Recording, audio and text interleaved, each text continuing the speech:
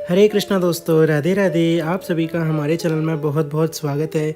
आज इस वीडियो में हम आपके साथ शेयर करने वाले हैं हमारे ठाकुर जी का समर स्पेशल रूटीन। हमारे ठाकुर जी का डेली कैसा रूटीन होता है गर्मियों में, तो वही आपके साथ शेयर करने वाले हैं। चलिए शुरू करते हैं आज के हम इस वीडियो को। अगर आपको हमारी वीडियो पसंद है तो वीडियो को लाइक ज़रूर करिएगा, चैनल को सब्सक्राइब कर लीजिए, बेल आइकन को दबाइए, साथ ही शेयर कीजिए फ्रेंड्स एंड फैमिली के साथ। चलिए शुरू करते हैं वीडियो को।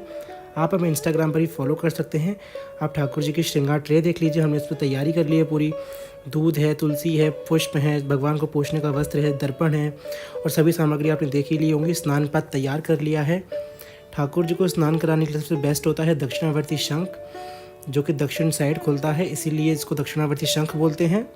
तो देखिए हमने इसको शुद्ध कर लिया है, इसमें जल भर लिया। अब हम जो है शालिग्राम भगवान को और ठाकुर जी को आसन देंगे पुष्पों का और फिर उनको स्नान कराएंगे। गर्मियों में जो है ठाकुर जी को जो है हल्के से ठंडे पानी से स्नान कराना चाहिए, क्योंकि आजकल नलों में भी जो है गर्म पानी आता है, तो हम पहले भर के रख लेते हैं, फिर जब वो नॉर्मल हो जाता है फिर हम उसे स्नान कराते हैं।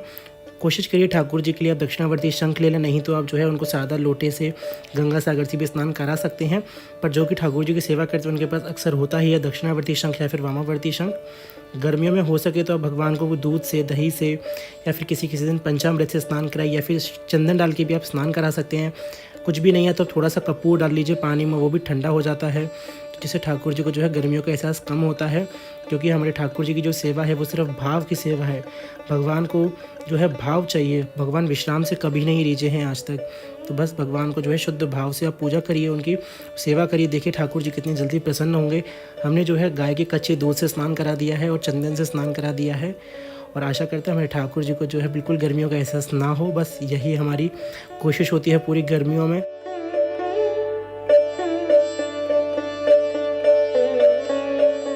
ठाकुर जी को स्नान आदि कराने के बाद जो है अब हम उनको एक शुद्ध कपड़े से पोंछेंगे, अच्छे से उनको पोंछेंगे जिस पर उन पर एक भी बूंद पानी ना रहे।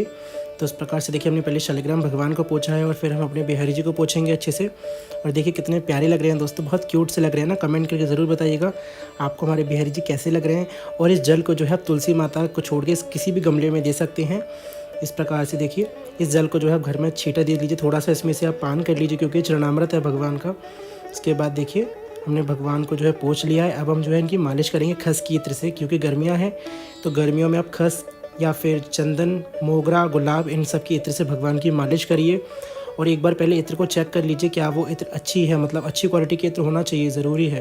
क्योंकि भगवान के जब हम श्री विग्रह पर कोई भी इत्र लगाते हैं तो पहले हमें अपने आप चेक कर लेना चाहिए कि इत्र में कोई अल्कोहल तो नहीं है, कहीं वो जलन तो नहीं करेगी ठाकुर जी के श्री विग्रह पर। तो आप इस प्रकार से देख लीजिएगा। अगर आपके पास अच्छी वाली इत्र नहीं है तो कोई बात नहीं, भगवान तो भाव के भूखे हैं। आप जो है फिर उनको आप सिर्फ वस्त्रों पर लगा दीजिए उस इत्र को, तो वही भगवान प्रसन्न हो जाएंगे। पर देखिए हमारे पास जो है वृंदावन से लेके आते हैं, तो इस प्रकार हमने जो है ठाकुर जी की मालिश कर दी है। अब जो है हम उनका श्रृंगार करेंगे। सबसे पहले उनकी नैपी पहनाएंगे और उनको बनियान पहनाएंगे, आप देख सकते हैं।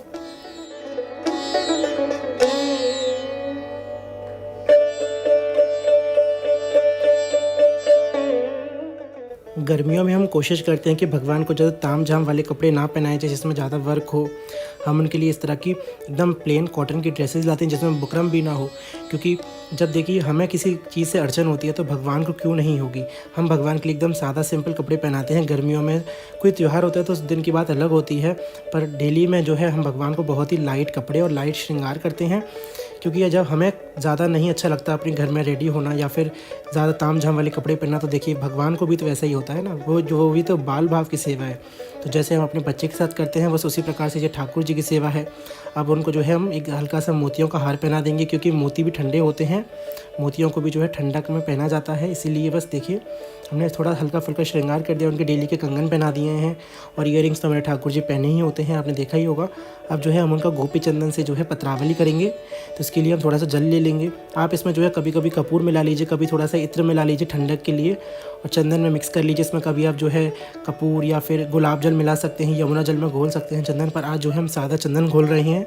हमारे चैनल पर काफ़ी वीडियोस अपलोड हैं कि एकादशी पर सेवा कैसे करें ठाकुर जी की, गर्मियों में, सर्दियों में, total A to Z vlogs upload है हमारे चैनल पर, आप जाके ज़रूर देखिएगा दोस्तों। और हाँ, हमारे मंदिर का टूर भी आ चुका है चैनल पर, आप जाके ज़रूर देखिएगा दोस्तों। अगर आपको आज हमारी वीडियो पसंद आई दोस्तों, वीडियो को लाइक ज़रूर करिएगा। साथ ही आप हमें इंस्टाग्राम पर फॉलो कर सकते हैं। ठाकुर जी, बिहारी जी के बहुत ही सुंदर दर्शन आते हैं डेली के। तो देखिए इस प्रकार से जो है हम अपने ठाकुर जी को पत्रावली करते हैं। ठाकुर जी हमारी गोद में बैठ के जो है पत्रावली कराते हैं। दोस्तों हमने बहुत बार कोशिश करी है कि हम उनका बैठे बैठे कर दें, पर कभी भी वो नहीं कराते हैं। तो आप माइंड मत करिएगा दोस्तों कि आप ठाकुर जी को पैरों पर, ठाकुर जी की हम गोद में ही जो है बिठा के उनको जो है पत्रावली करते हैं। शायद ठाकुर जी को ही ऐसा पसंद है, क्योंकि हरि की इच्छा के बिना कुछ भी नहीं होता है। तो बस इसी चीज़ को हम स्वीकार करते हैं, जो हमारे ठाकुर जी चाहते हैं बस वही चीज़ सही है हमारे लिए। बाकी और तो देखिए दोस्तों फालतू बातें हैं दुनिया में चलती हैं, जो उन पर हमें ध्यान भी नहीं देना चाहिए। हमें सिर्फ शुद्ध भाव से निर्मल मन से ठाकुर जी की सेवा करनी चाहिए। और जो हमारे बड़े संत कहते हैं, वृंदावन के संत या फिर जो संत भगवान हैं, उनकी बातों का हमें पूर्ण आदर करना चाहिए। कि हमारे ठाकुर जी जो है तैयार हो चुके हैं। आप लोग बताइए कमेंट्स में कि हमारे ठाकुर जी कैसे लग रहे हैं। एकदम समर वाली वाइब आ रही है हमारे ठाकुर जी से, देखिए। और शालिग्राम भगवान को तुलसी दल अत्यधिक प्रिय है, तो उनकी पूजा तुलसी दल के बिना नहीं होती है। तो हमने तुलसी दल अर्पित कर दिया हमारे ठाकुर जी और हमारे शालिग्राम भगवान को। उनकी फेवरेट वंशी भी अर्पित कर दी जो है। अब हम उनको इत्र सेवा देंगे वस्त्रों पर। तो ये वाली जो इत्र होती हैं उनमें जो है हमको हमेशा वस्त्रों पर ही लगाना चाहिए और कभी भी उनके श्रेयंग पर नहीं लगाना चाहिए, क्योंकि काफ़ी तरह की इत्र आती है मार्केट में। कुछ वस्त्र सेवा की आती हैं, कुछ जो है भगवान की विग्रह सेवा की आती हैं। तो हमें उस तरह से लेना चाहिए। और अब जो है उनको दर्पण सेवा देंगे। ठाकुर जी देखेंगे हमारे कि वो कितने प्यारे हैं। सारी सृष्टि को बनाने वाले भगवान, देखिए आज हमने उनका श्रृंगार किया है। हो सकता है हमसे कुछ कमी रह गई, तो ठाकुर जी उसको माफ़ करें।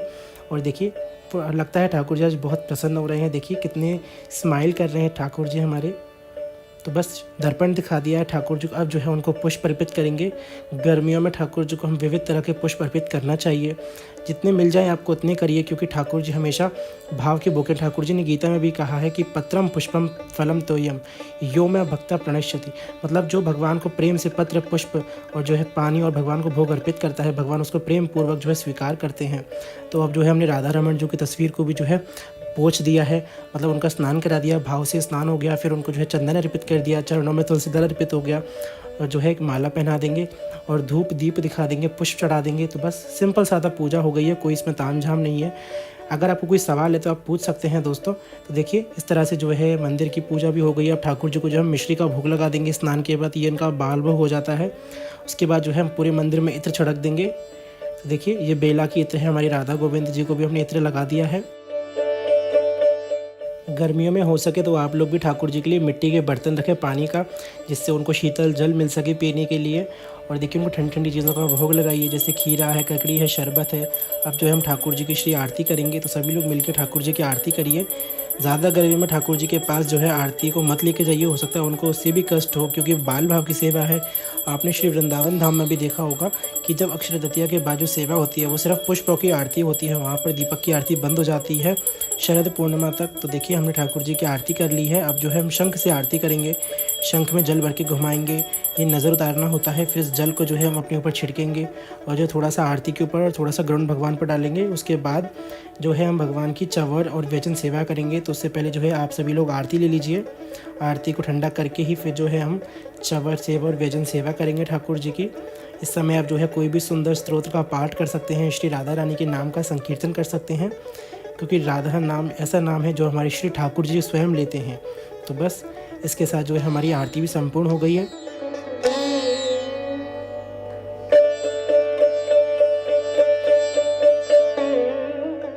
बाल भोग के बाद ठाकुर जी को 12:30 से 1 बजे के बीच में जो है हम राजभोग लगाते हैं। तो देखिए राजभोग में आज हमने ठाकुर जी का मोस्ट फेवरेट डिश बनाई है, जो कि है कढ़ी चावल, जिसको वृंदावनी भी बोलते हैं। तो हम ठाकुर जी के लिए कढ़ी चावल, क्योंकि गर्मियां हैं तो थोड़ा सा हल्का सा सादा करके ही भोग देते हैं, एकदम गरम गरम भोग ठाकुर जी को नहीं परसा जाता है गर्मियों में। और देखिए हमने ठाकुर जी के लिए ककड़ी लगाई है भोग में, क्योंकि गर्मियाँ हैं तो आप दही, ककड़ी, छाछ, ठंडा दूध, इन सब का भोग ज़रूर दिया कीजिए। ठंडे फल, ताज़े फल, इन सब का भोग ठाकुर जी के लिए देना बहुत उत्तम होता है, जिससे ठाकुर जी का गर्मियों से बचाव हो सके। खस का शरबत है, गुलाब का शरबत है, ठंडाई है, सबका भोग लगाया कीजिए ठाकुर जी को गर्मियों में। और ठंडा माखन मिश्री ठाकुर जी को अत्यधिक प्रिय है। तो बस आज यही हमने बनाया, तो इसी को हम भाव से ठाकुर जी को अर्पित करेंगे। ठाकुर जी के भोग की प्लेट में हमेशा तुलसी पत्र ठाकुर जी के सामने अर्पित करना चाहिए। अगर आपने पहले ही तुलसी दल कहीं और डाल दिया, इसका मतलब है भोग वहीं लग गया, वहीं झूठी हो जाती है प्लेट। कभी भी किचन में तुलसी दल नहीं डालना चाहिए। बहुत लोग ऐसा करते हैं, पर ये गलत है। हमेशा हमें ठाकुर जी के सामने ही पधराना चाहिए तुलसी पत्र भगवान की भोग प्लेट में। उसके बाद देखिए हमने सभी सामग्री पर जो है तुलसी पत्र डाल दिया है। अब एक बार आचमन करेंगे। उसका भाव होता है कि ठाकुर जी के हम हाथ पैर मुँह धुला रहे हैं। मुँह धुलाने के बाद उनको जो है प्रणाम करा जाता है। उसके बाद उनको पर्दे लगा दिए जाते हैं। फिर 15 से 20 मिनट बाद जो है गेट खटखटाया जाता है ठाकुर जी का, देखिए इस प्रकार से। उसके बाद जो है पर्दे खोले जाते हैं। आप 3 बार ताली बजा सकते हैं, मतलब एक संकेत दीजिए कि हम ठाकुर जी अंदर आ रहे हैं। उसके बाद ठाकुर जी को 5 बार आचमन कराइए।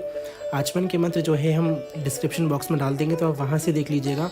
आचमन कराने के बाद जो है ठाकुर जी को 3 बार जल गिराया जाता है। उसका भाव होता है, एक बार मुँह धुलाते हैं, एक बार हाथ पैर और एक बार जो है सर्वांग धुलाते हैं। तो इस प्रकार से उनके बाद उसका मुख पोंछा जाता है। मुख पोंछने के बाद जो है ठाकुर जी का भोग उठा के सारे भोग में डाल सकते हैं। तो इस प्रकार जो है ठाकुर जी की सेवा होती है गर्मियों में सुबह की। आशा करते हैं दोस्तों वीडियो आपको पसंद आई होगी। वीडियो पसंद आई है वीडियो को लाइक ज़रूर करिएगा, चैनल को सब्सक्राइब कर लीजिए, बेल आइकन को दबाइए, साथ ही शेयर कीजिए फ्रेंड्स एंड फैमिली के साथ। आप हमें इंस्टाग्राम पर भी फॉलो कर सकते हैं दोस्तों। कैसी लगी आपको वीडियो कमेंट्स में ज़रूर बताइएगा दोस्तों, हमें मोटिवेशन मिलता है आगे वीडियोस बनाने के लिए। आगे आपको अंदाज़ा भी नहीं होगा दोस्तों, इतनी शानदार वीडियोस आने वाली है हमारे चैनल पर, शायद आप लोगों को बहुत पसंद आने वाली हैं। तो चलिए फिर मिलते हैं दोस्तों। अब जो है ठाकुर जी को हम विश्राम करा देंगे। फिर उनका जो है 4 बजे, 4:30, 5 बजे करीब पर्दा खुलता है। उस समय जो उनका उत्थापन भोग लगता है, उत्थापन आरती होती है। फिर मिलते हैं दोस्तों। राधे राधे, हरे कृष्णा।